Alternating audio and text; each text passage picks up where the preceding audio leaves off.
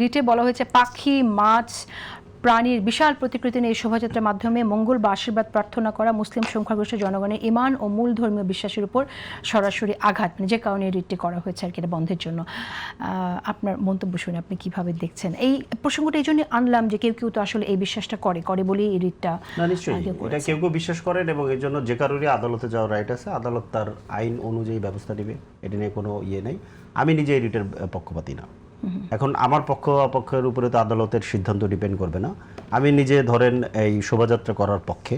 এখন এটা মঙ্গল শোভাযাত্রা নামে হবে না আনন্দ শোভাযাত্রা নামে হবে, আমি কিভাবে শোভাযাত্রা করব সেটা ডিপেন্ড করবে হচ্ছে যে আমি এটার মাধ্যমে আমার জনগোষ্ঠীকে কি মেসেজ দিতে চাই। আমরা তো এটাও দেখেছি যে এই শোভাযাত্রা মঙ্গল শোভাযাত্রা নামেই সেখানে কিন্তু আমাদের সর্বজন শ্রদ্ধেয় বেগম খালেদা জিয়ার ধরেন খুবই কি বলে যে নোংরা কদাকার একটা মূর্তি ধরেন এখানে আনা হয়েছিল, এটা আমরা দেখেছি। ঠিক আছে, আবার আমরা কিন্তু ধরেন গত বছর আমরা দেখেছি যে এখানে ফ্যাসিস্ট হাসিনার মুখাবয়ব কিন্তু ধরেন আনা হয়েছে।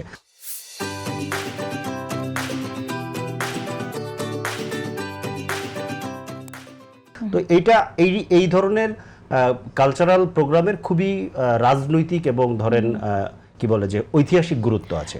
তো আমি এই ব্যাপারে ধরেন মানে ধন্যবাদ, শেষ করে দিতে হবে। আমরা জানি এবার মঙ্গল শোভাযাত্রা হচ্ছে না আনন্দ শোভাযাত্রা, না এটার নাম হবে বৈশাখী শোভাযাত্রা। খুব অল্প সময় 30 সেকেন্ডে যদি কিছু বলতে। আসলে এটা মঙ্গল শোভাযাত্রা থাকলেও সমস্যা ছিল না, আনন্দ শোভাযাত্রা থাকলেও ছিল না, বৈশাখী শোভাযাত্রা হলেও সমস্যা নেই।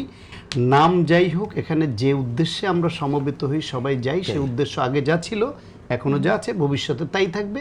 এটা একটা সাংস্কৃতিক একটা উদযাপন এবং তার মাধ্যমে কিছু অন্যায়ের প্রতিবাদ করা, সেটা কখনো কখনো প্রতীকী অর্থে প্রতিবাদ হয়।